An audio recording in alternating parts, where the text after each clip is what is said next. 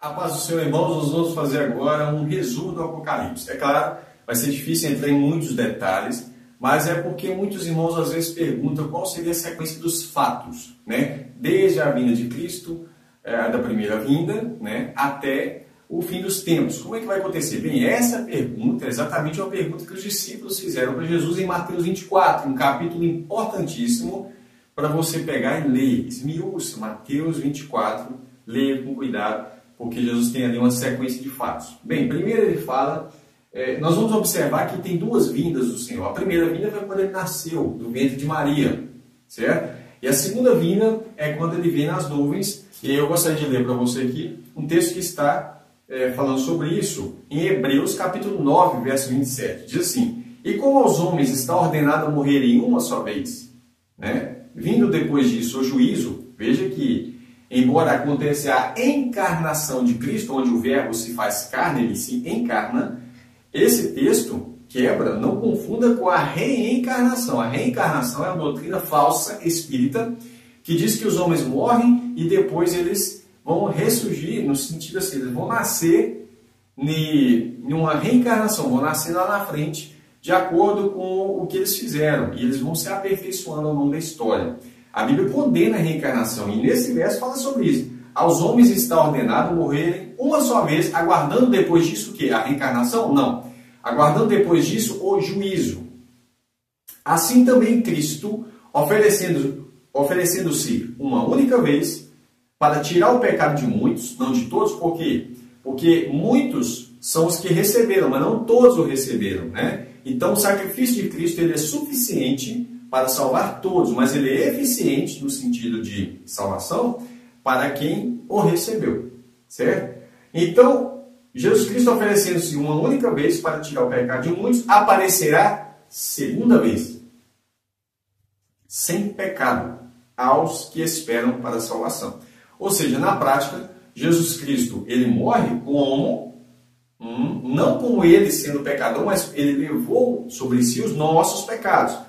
Ele aparece puro como ele é, né? Aparece em segunda vez, porque a primeira vez foi aqui na primeira vinda, certo? Entenderam isso? Vamos lá.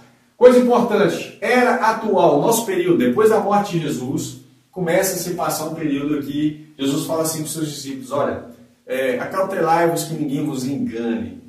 Por quê? Porque haveria muitos enganos sobre a vinda de Jesus. Paulo também fala isso em 2 aos Tessalonicenses, capítulo 2, capítulo importante, anota aí, 2 aos Tessalonicenses, capítulo 2, versos 1 ao 4, muito importante. O que acontece? Paulo fala lá também sobre isso, acautelai-vos que ninguém vos engane, cuidado.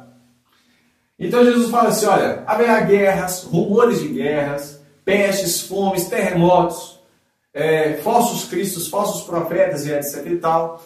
E ele fala assim, mas isso, olhai, não vos assusteis, porque isso não é o fim, é apenas o princípio de dores. É o período que nós vivemos hoje. Bem, nós já estamos bem no finalzinho do princípio de dores, já estamos chegando próximo a esse período aqui. Que período é esse? Você vai olhar para Daniel, capítulo 9, anota aí Daniel 9, os últimos versos, se eu não me engano, verso 27 ali. Eu estou fazendo isso de cabeça, não estou me lembrando muito bem, mas veja bem. Lá vai falar sobre as 70 semanas de Daniel, 70 semanas de anos, ou seja, uma semana tem 7 dias, certo? E aí, nesses 7 dias, são 7 dias, considerado cada dia um ano, então uma semana são 7 anos. Ainda falta uma semana profética para se cumprir. Então a Bíblia fala que o anticristo, ele vai fazer um acordo com muitos durante um período, mas na metade da semana, ele vai romper esse pacto. Né? Ou seja, o que é metade da semana? 3 dias e meio, que convertendo em semana profética de um dia para um ano, então durante 3 anos e meio é um período em que ele mantém esse acordo, certo? E é o período da ascensão do anticristo. Quem conhece o profeta Daniel vai se lembrar do chifre pequeno que aparece em Daniel 7, capítulo importantíssimo, e Daniel 2 também. Daniel 7 vai falar da ascensão do anticristo, um chifre que começa pequeno, e depois esse chifre cresce e fica maior do que os outros, né? Esse é o período em que ele está crescendo. Na metade da semana, ele rompe, ele quebra o pacto, né? Essa quebra do pacto é onde inicia um problema grave, a perseguição aos santos do Altíssimo. que são perseguidos por causa do nome do Senhor Jesus. Você vai ver essa perseguição em Apocalipse 13, se eu não me engano, lá para o verso 7, fala que ele vai perseguir os santos. Daniel 7 vai falar sobre isso também. Não é? E aí nós vamos entender que a grande tribulação ela inicia-se aqui, quando rompe, quando esse pacto é quebrado. Por que ele é quebrado? Paulo vai falar em 2 Tessalonicenses, capítulo 2, verso 2, o seguinte. Irmãos, quanto à vinda do nosso Senhor Jesus e a nossa reunião com Ele, ou seja, o arrebatamento, a reunião nos ares, ele fala assim, que isso não vai acontecer sem que antes se manifeste, apareça, fique evidente, se manifeste o homem do pecado, o filho da perdição, que é o anticristo, a qual se levanta contra tudo que se chama Deus ou se adora, de modo que se assentará como Deus no templo de Deus, querendo parecer Deus. O anticristo vai querer ser Deus. Então ele vai perseguir todo mundo que adorar a outro Deus, principalmente ao Deus verdadeiro. Isso é parecido com a história de Daniel, onde Nabucodonosor, no 3º capítulo, ele monta uma estátua de si próprio e ele faz com que todo mundo venha se prostrar a essa estátua. E se você não prostrasse, o que tinha? A pena de morte, a punição por não adorar ele como Deus e abandonar os outros deuses, inclusive o Deus verdadeiro. Sadraque, Mesaque e Abednego não caíram nessa conversa, foram fiéis até o fim. Você já conhece a história da fornalha de fogo. Bem, é a mesma coisa que o anticristo vai fazer com a imagem da besta, certo? Quem não adorar a imagem da besta vai morrer, vai ser perseguido, vai ser preso, vai ser torturado, vai ser morto, etc. e tal. Esse sim é o período da grande tribulação. Muita gente acha que ela começa no início da semana. Não, ela começa na metade da semana, onde a besta vai perseguir durante um período de 42 meses, que dá 3 anos e meio. Ou, na linguagem profética, tempos e metade de um tempo, que seria 3 anos e meio. Tá certo? Deu para entender aqui? Beleza. Quando nós falamos sobre o arrebatamento, por que ele está aqui no final da grande tribulação? Porque Jesus fala isso em Mateus 24. Pega o verso 21, vai falar assim, que vai haver uma grande tribulação. Talvez a sua tradução está escrito grande aflição. É a mesma palavra no grego, é tribulação. E no verso 29 em diante diz que depois dessa tribulação, então Jesus vem sobre as nuvens, com poder e grande glória. E aí ele envia os seus anjos para recolher os santos. É aqui que está acontecendo o arrebatamento. Isso bate com o que está escrito em 1 Coríntios capítulo 15. Se você pegar lá no verso 51 e 52, diz assim, eis aqui vos digo um mistério, Paulo dizendo, na verdade nem todos dormiremos, que é morrer em Cristo, né? Mas todos seremos transformados. Quanto tempo demora essa transformação? Num momento. Continua a leitura. Todos seremos transformados num momento, num abrir e fechar de olhos. Não é o arrebatamento que é no abrir e fechar de olhos, mas a transformação. Todos seremos transformados num momento, num abrir e fechar de olhos, ante a última trombeta. Paulo tinha a trombeta do Apocalipse em mente. Mas João não tinha escrito ainda o Apocalipse. E a revelação de Deus precisava vir por meio do escrito de João para que Paulo compreendesse. Pedro mesmo elogia a sabedoria profunda que Paulo diz, que Paulo tinha. Inclusive, Paulo diz o seguinte, ele conta um evento na segunda pessoa, dizendo que ele conhecia um homem, que era ele mesmo, ele estava falando dele, um homem que ele ouviu coisas de Deus, inclusive coisas tão profundas, que havia algumas coisas que era proibido aos homens ouvirem. Então, Paulo não poderia falar daquilo que ele ouviu. Olha, se Paulo ouviu coisas tão grandiosas, ele não sabia dessa última trombeta, evidentemente que ele está falando da ressurreição, do período da vinda de Cristo.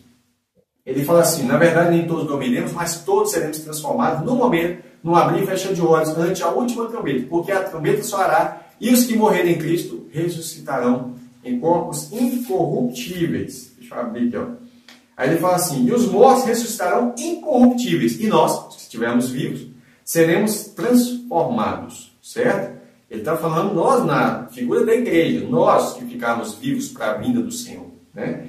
Agora, em 1 Tessalonicenses capítulo 4, olha que interessante como que Paulo trabalha esse assunto, falando ainda do arrebatamento.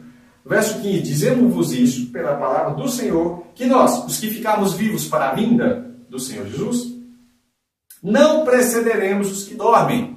Olha, nós não vamos passar na frente dos irmãos que estão mortos. Nós não vamos subir no arrebatamento e eles ficarem. Não. Como é que funciona a sequência? Porque o mesmo Senhor descerá do céu com alarido, a voz do arcanjo e da trombeta de Deus, com a trombeta de Deus, E os que morrerem em Cristo ressuscitarão primeiro. Então, antes do arrebatamento, tem que acontecer a ressurreição dos mortos. Os que morrerem em Cristo, anota a sequência, ressuscitarão primeiro. Paulo já tinha explicado que a ressurreição já era um corpo transformado. Você não vai ressuscitar, se caso você morrer, num corpo natural e depois esse corpo ser transformado num corpo glorificado. Não, já ressuscita com corpos incorruptíveis. Depois, olha a sequência, depois nós, os que ficarmos vivos, que são transformados, seremos arrebatados juntamente com eles nos ares. Não é arrebatamento para o céu. A Bíblia não fala de ser arrebatado para o céu de Deus, mas aqui o céu das nuvens. Então fala assim, seremos arrebatados juntamente com ele nas nuvens, né? A encontrar com o Senhor nos ares. Por que encontrar com ele nos ares? Porque ele veio do céu e nós vamos até as nuvens, certo? E nós vamos encontrar com ele ali nas nuvens, como está escrito em Mateus 24, né? E aí, fala assim, portanto, consolai-vos uns aos outros com esta palavra. Aqui você tem um evento importante. Agora, o próximo passo é falar sobre o que acontece depois da vinda do Senhor Jesus. Ok? Então, nós vamos estar falando sobre o que acontece aqui depois. Bem, depois da vinda do Senhor Jesus Cristo, para que ele encontre com a gente? Primeiro, porque ele é o cavaleiro do cavalo branco, certo? Ele é o chefe de um exército que vem para a batalha do Armagedon. Aí você fala assim, mas você falou que o arrebatamento acontece depois da grande tribulação, porque lá em Mateus está escrito isso, Mateus 24. Quais são os outros versos que vai dar embasamento para nós falarmos sobre isso? Bem, tem gente que acha que o arrebatamento vai acontecer, né, a qualquer momento, mas não é isso que a Bíblia diz. Tem momento que a Bíblia diz. A Bíblia diz que para o arrebatamento ocorrer, precisa acontecer a ressurreição.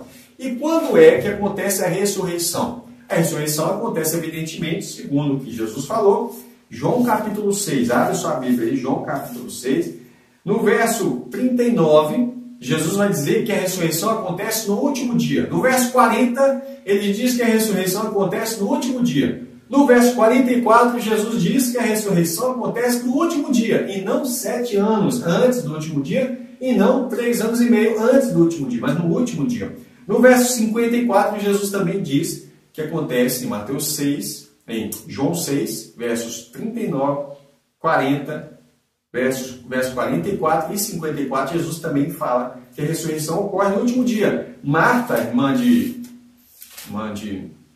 Lázaro, entendeu o ensino. Quando Jesus fala assim, em João 11, verso 23, ele diz o seguinte para Marta, teu irmão há de ressuscitar. Sabe o que ela fala para ele? Ela diz assim, eu sei, Senhor, eu sei que ele há de ressuscitar na ressurreição do último dia. Mas Jesus não estava falando dessa ressurreição, Jesus estava falando que ia ressuscitar ele agora, né, naquele momento. Então, ela entendeu que a ressurreição dos santos ocorre no último dia, como Jesus tinha falado. Então, se a ressurreição ocorre no último dia, ao soar da última trombeta, então nós sabemos que o arrebatamento também precisa acontecer no último dia, ao soar da última trombeta. A última trombeta, como nós já falamos, ela está em Apocalipse capítulo 11. Verso 15, olha que coisa chique. São 7 trombetas do Apocalipse e essa é a última. Aí você fala, não, o arrebatamento já aconteceu. Se o arrebatamento aconteceu antes, então ele não aconteceu na última trombeta. Porque se tem uma trombeta depois da última, então aquela não foi a última, certo? Essa é a última. O 7º anjo tocou a sua trombeta e houve no céu grandes vozes que diziam, olha o que as vozes dizem para o arrebatamento, quando Jesus vem. E o que acontece depois do arrebatamento? Os reinos do mundo, não os reinos do céu. Aqui está esclarecendo que Jesus vem para reinar no mundo durante um período de 1000 anos. Esse é o milênio. Os reinos do mundo vieram a ser do nosso Senhor e do seu Cristo, e ele reinará para todo o sempre. O reino não é um reino de Viona, é um reino eterno, mas aqui nós temos um período mais ou menos, vamos dizer assim, de um estágio para onde a igreja vai reinar com Cristo durante o período de 1000 anos. Eu vou colocar aqui aquilo que a gente chama de reino milenar, né? O milênio. São 1000 anos de reinado aqui na Terra e tem um propósito de Deus para isso, evidentemente. E diz assim, e ele, fala assim, ele reinará para todo sempre. Os reinos do mundo vieram a ser do Senhor e do seu Cristo, né?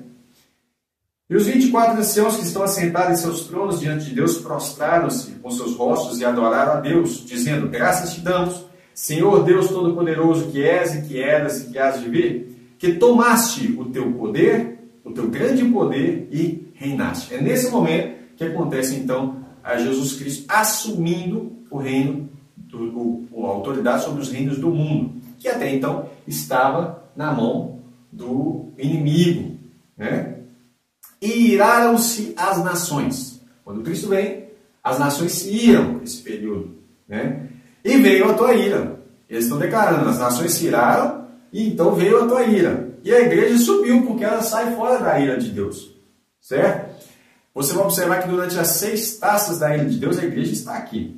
Mas na última taça, na conclusão, ou seja, no golpe final, a igreja é tirada para que ela também participe desse momento de vitória. Aí você fala, mas a igreja estava aqui durante as 6 taças? Sim, mas a ira de Deus não cai sobre a igreja. Ser protegido da ira de Deus não significa que ele vai ser tirado daqui, ela vai ser tirada para a conclusão. Para lembrar disso, é só você lembrar do período em que o povo de Israel estava no Egito, onde as pragas de Deus aconteciam, porém, a Bíblia diz que havia trevas em todo o Egito, mas no arraial dos hebreus havia luz, estava protegido, né? Todos os filhos primogênitos do Egito morreram, mas os filhos de Israel foram preservados. É o que acontece com a igreja, ela é preservada da ira de Deus, né? Ela nunca cai sobre a igreja, porque a igreja é amada do Senhor. Iraram-se as nações e veio a tua ira, e o tempo dos mortos. Olha a ressurreição aí.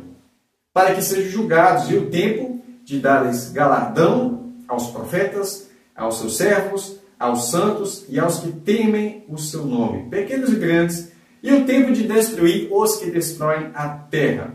Veja bem, agora sim, Jesus vem e ele vai julgar. A Bíblia fala que Jesus julga o mundo e julga todas as coisas, na sua vinda e no seu reino. Tá certo? Nós vamos falar sobre esses detalhes. Há pessoas que acreditam que o reino já está acontecendo. Bem, eles falam que o reino já está acontecendo porque eles confundem os períodos do reino, né? E aí nós vamos ter que falar isso mais detalhadamente aos poucos, para tirar essa confusão. Porque uma coisa é Cristo reinando em nós, outra coisa é Ele reinando aqui através de nós, certo? Porque falar que a igreja já está reinando é, no mínimo, absurdo. Você vê o sofrimento que a igreja passa, né? E aí você vê lá na Síria, no Oriente Médio, de modo geral, em vários países do mundo, a igreja sendo perseguida, morta, e nós falamos assim, mas a igreja está reinando com Cristo. Mas que esse reinado é espiritual, irmão. Precisamos entender e não confundir as coisas espirituais com as coisas literais. Espiritualmente, nós já somos justificados, somos santos, somos eleitos, nós já somos salvos, tudo isso já aconteceu.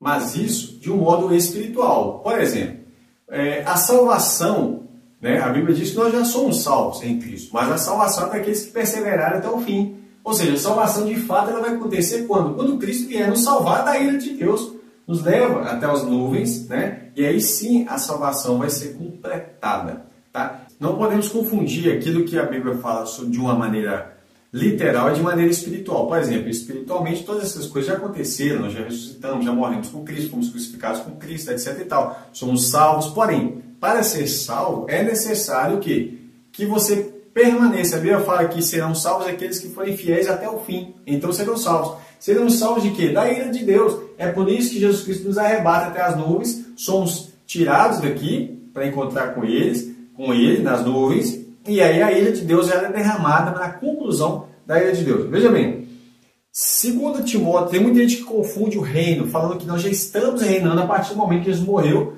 O reino de Deus está acontecendo. O reino de Deus em nós é uma coisa. Agora, o reino de Deus através de nós acontece depois da vinda. Por isso que Paulo fala a Timóteo assim, 2 Timóteo 4:1.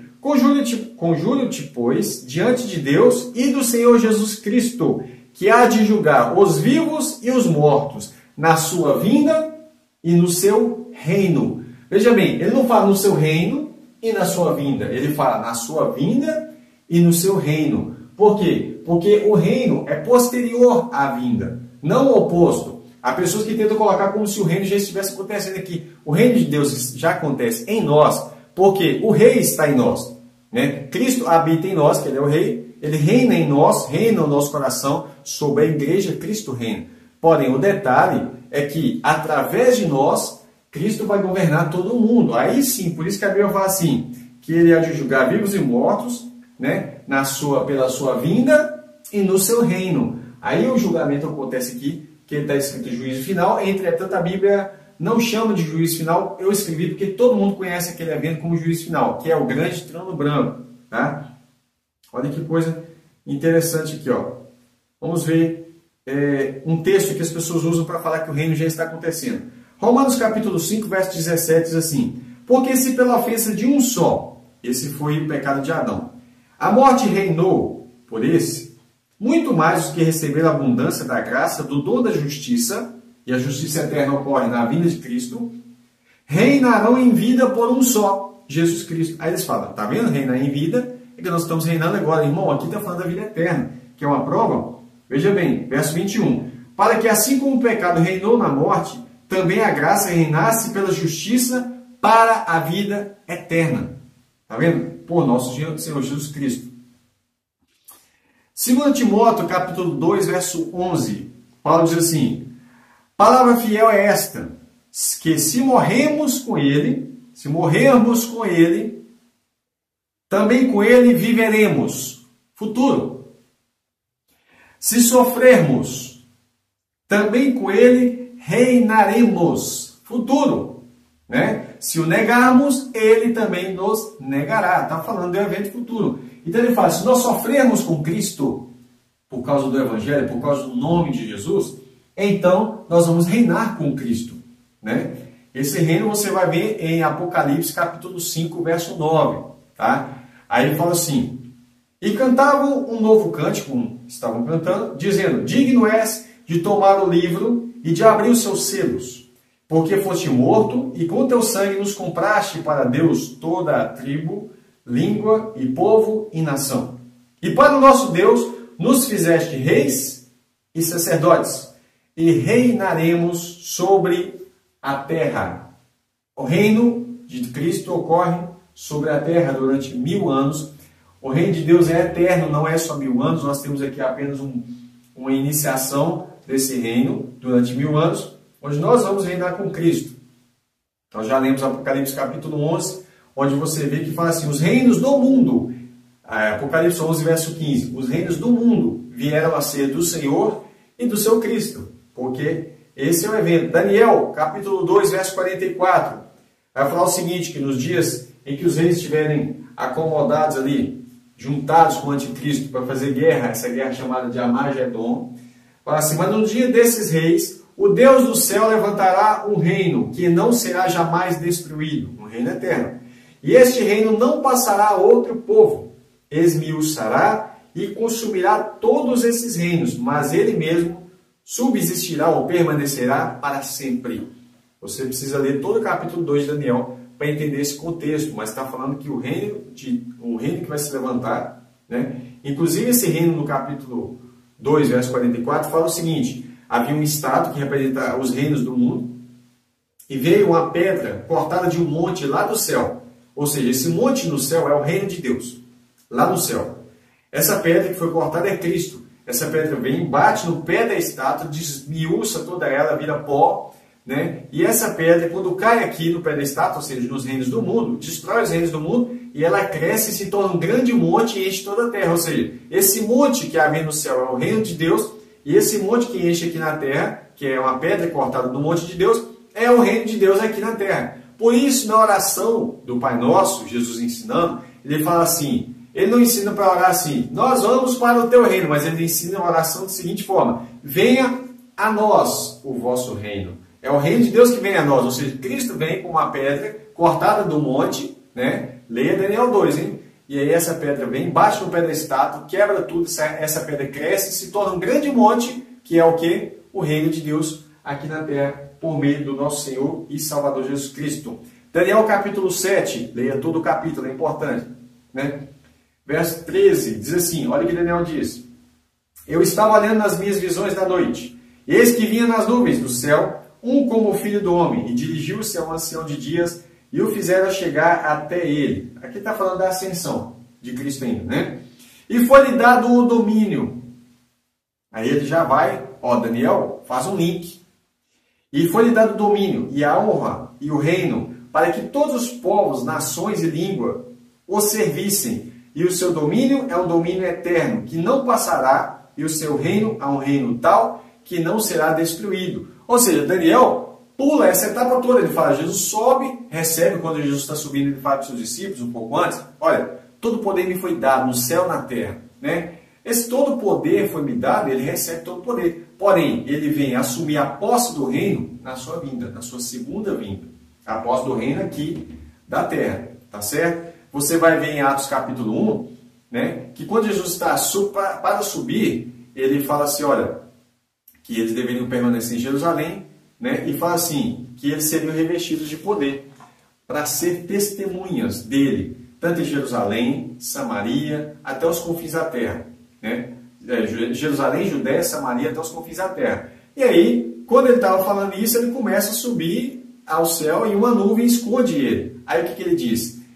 Aí 2 homens aparecem do lado dos discípulos e falam assim, varões, por que vocês estão olhando para cima? Esse Jesus que vocês estão olhando, vendo ele subir ao céu, né, que foi recebido no céu, ele vai vir da maneira com que vocês estão vendo ele hoje. Ou seja, da mesma maneira que ele subiu na nuvem, ele vai voltar na nuvem, da mesma forma que vocês viram. Tá? E aí nós vamos para mais um texto aqui, Daniel capítulo 7, verso 19. Então tive o desejo de conhecer a verdade a respeito do quarto animal, que era falando do último período dos reinos do mundo, que era diferente dos outros, muito terrível, cujos dentes eram de ferro e cujas unhas de bronze devoravam aos pés o que sobrava. Também a respeito dos 10 chifres que tinha na cabeça, etc. e tal, que é, vamos falar assim de um certo modo, os aliados do anticristo, né? E ele fala assim, e do chifre que subiu, o pequeno, né? A qual caíram 3, isso é, daquele que tinha olhos, de cuja boca falava grandes coisas, cujo parecer era mais robusto do que os seus companheiros. Eu olhava e eis que esse chifre, o chifre pequeno, que é o anticristo, fazia guerra contra os santos. Você vai ver isso em Apocalipse, capítulo 13, verso 7. E prevaleceu contra eles, fazia guerra contra os santos e prevaleceu, venceu. Prevaleceu contra eles, até que veio o ancião de dias e fez justiça aos santos do Altíssimo. E chegou o tempo em que os santos possuíram o reino. Apocalipse 13, 7 diz assim, sobre o anticristo, né? E foi-lhe permitido fazer guerra aos santos e vencê-los. Vencê-los. E deu-se-lhe poder sobre toda tribo, língua e nação. O anticristo, né, perseguindo aqui. Mas nós passamos da etapa importante, né? Sobre o milênio, Apocalipse capítulo 20, verso 4. Diz assim, e vi tronos, e se assentaram sobre eles, e foi-lhe dado o poder de julgar, e vi as almas daqueles que foram degolados. Olha, degolados por quê? Por causa da grande tribulação. Degolados pelo testemunho de Jesus e pela palavra de Deus, e que não adoraram a besta, nem a sua imagem, não receberam o sinal na sua testa, e nem em suas mãos. Olha, e viveram a ressurreição, depois da perseguição. Está vendo? Porque para haver arrebatamento tem que haver ressurreição. Então eles foram degolados por causa do testemunho de Jesus, por causa da perseguição da besta. Né? Aí fala assim, e viveram, ressuscitaram, e reinaram com Cristo durante 1000 anos. Ou seja, a gente sabe que o reino é depois da ressurreição, é depois da perseguição, da grande tribulação. Mas os outros mortos não reviveram, até que os 1000 anos acabaram. Esta é a primeira ressurreição, que é a ressurreição para o arrebatamento. Bem-aventurado e santo aquele que tem parte da primeira ressurreição. Se houvesse arrebatamento antes da grande tribulação, essa aqui não seria a primeira ressurreição, seria a segunda, ou a terceira, ou a quarta, né? Bem-aventurado e santo aquele que tem parte da primeira ressurreição. Sobre estes não tem poder a segunda morte, que é o lago de fogo. Então fala assim, mas serão sacerdotes de Deus e de Cristo e reinarão com ele 1000 anos. Acabando os 1000 anos, a Bíblia diz que Satanás será solto da sua prisão, sairá enganar as nações, né? Gog e Magog, pelos 4 cantos da terra, cujo número é como a areia do mar, para juntar em batalha. Mas não vai ter batalha aqui não, só vai ter batalha aqui na vinda de Cristo, que é o Armagedon. Gog e Magog, eles vão se juntar, mas aí, ó, subiram sobre a largura da terra, cercaram o arraial dos santos e a cidade amada de Deus, e desceu fogo do céu, e devorou eles. Então não teve batalha, desceu fogo do céu e devorou eles. E o diabo que os enganava foi lançado no lago de fogo e enxofre, aonde estão a besta e o falso profeta. Veja bem, na batalha da Magedon, a besta e o falso profeta são lançados no lago de fogo. Eu vou desenhar aqui um lago de fogo, né? Que é o Gehenna, lago de fogo. Esse aqui é a segunda morte, tá? Então, a besta e o falso profeta são lançados no lago de fogo, e depois do milênio, Satanás também é lançado no lago de fogo. Veja bem que quando Satanás é lançado, a besta e o falso profeta também ainda estavam lá, né? Onde estão a besta e o falso profeta? E de dia e de noite serão atormentados para todo sempre. Aí entra o juízo final, que é o grande trono branco. E vi um grande trono branco e o que estava sentado sobre ele, cuja presença fugiu a terra e o céu, e não se achou lugar para eles, tamanha autoridade, né? E vi os mortos, grandes e pequenos, que estavam diante de Deus, e abriram-se os livros, né? E abriu-se outro livro, que é o livro da vida. Os livros aqui são os livros das obras, né? Então fala assim, os mortos foram julgados pelas coisas que estavam escritas nos livros, segundo as suas obras. E deu o mar aos seus mortos, os que nele haviam. A morte e o Hades, talvez sua tradução está inferno, é uma tradução péssima para falar sobre o Hades. A morte e o Hades deram os mortos que neles haviam, e foram julgados cada um segundo as suas obras. A morte e o Hades, que é o inferno, que eles chamam de inferno, foram lançados no inferno, que é o lago de fogo. Então, o Hades que é lançado no lago de fogo, né? Esta é a segunda morte. A Bíblia diz que aqueles que têm parte na primeira ressurreição, sobre estes, não tem poder o lago de fogo. Ou seja, só pode vir para o lago de fogo quem ressuscitar na segunda etapa. Aqui vão ser julgados, e aqueles que não forem achados escritos no livro da vida vão ser lançados no lago de fogo.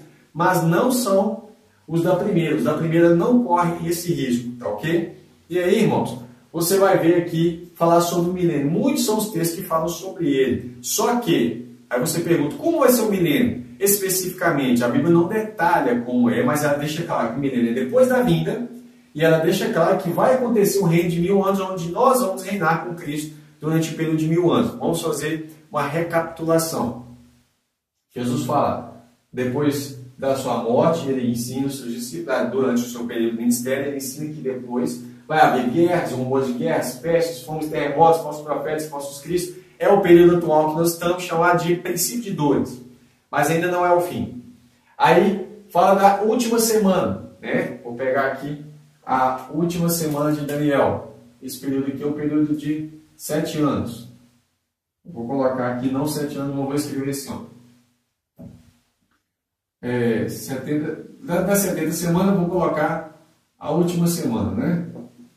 Última semana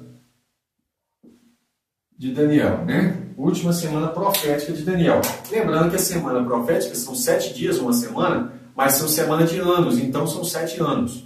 Durante esses 7 anos, é o período de ação do anticristo, onde ele começa a se despontar como um chifre pequeno, que no início faz um acordo com muitos, mas ele quebra o acordo na metade da semana, então inicia a grande tribulação, que é 3 anos e meio, ou 42 meses, como está escrito em Apocalipse. Ou tempos e metade de tempo, como diz em Daniel.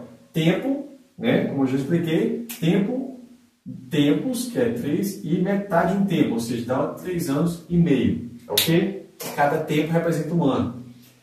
Então, no final desse período, a Bíblia fala em Mateus 24, verso 29 em diante, que no verso 21 fala que vai haver uma grande tribulação. Tanto é que em Daniel 12 fala também que vai haver uma grande tribulação, como nunca houve, mas aí logo em seguida fala de quê? Da ressurreição dos mortos, né? Então, Jesus vem para encontrar conosco o que precisa acontecer primeiro? A ressurreição dos mortos. E nós que estamos vivos, corpos transformados, e vamos subir juntamente com eles até as nuvens para encontrar com o Senhor Jesus nos ares. O que vai acontecer em seguida? Você vai perceber que vai acontecer que Jesus termina de descer com a igreja, certo? Agora a igreja vai acompanhar ele, isso está na sequência Apocalipse 20, né? Aliás, Apocalipse 19 você já vê isso acontecendo, Apocalipse 19, e ele desce como um cavaleiro do cavalo branco, e nós vamos acompanhando ele para a guerra, a batalha da Magedon, onde no final Cristo vence, evidentemente, e a besta, o falso profeta, é lançado no lago de fogo, né? Vou colocar aqui uma outra cor. Aí vou colocar aqui as duas bestas, que é a besta e o falso profeta, são lançados no lago de fogo. né? Acontece o reino de 1000 anos. Aqui acontece a primeira ressurreição dos santos. Aqui, primeira ressurreição.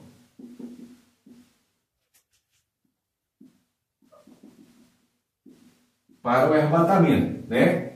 Depois que acontece o milênio, aí vai acontecer a ressurreição, a outra ressurreição. A Bíblia não chama de segunda ressurreição, mas está implícito que é a segunda ressurreição, que é para o juízo, né? Que é para o juízo final, que é para o grande trono branco, onde vão abrir-se os livros, né? Vai abrir os livros, que são os livros das obras. Vou colocar aqui os livros, né? E vai abrir também o livro da vida.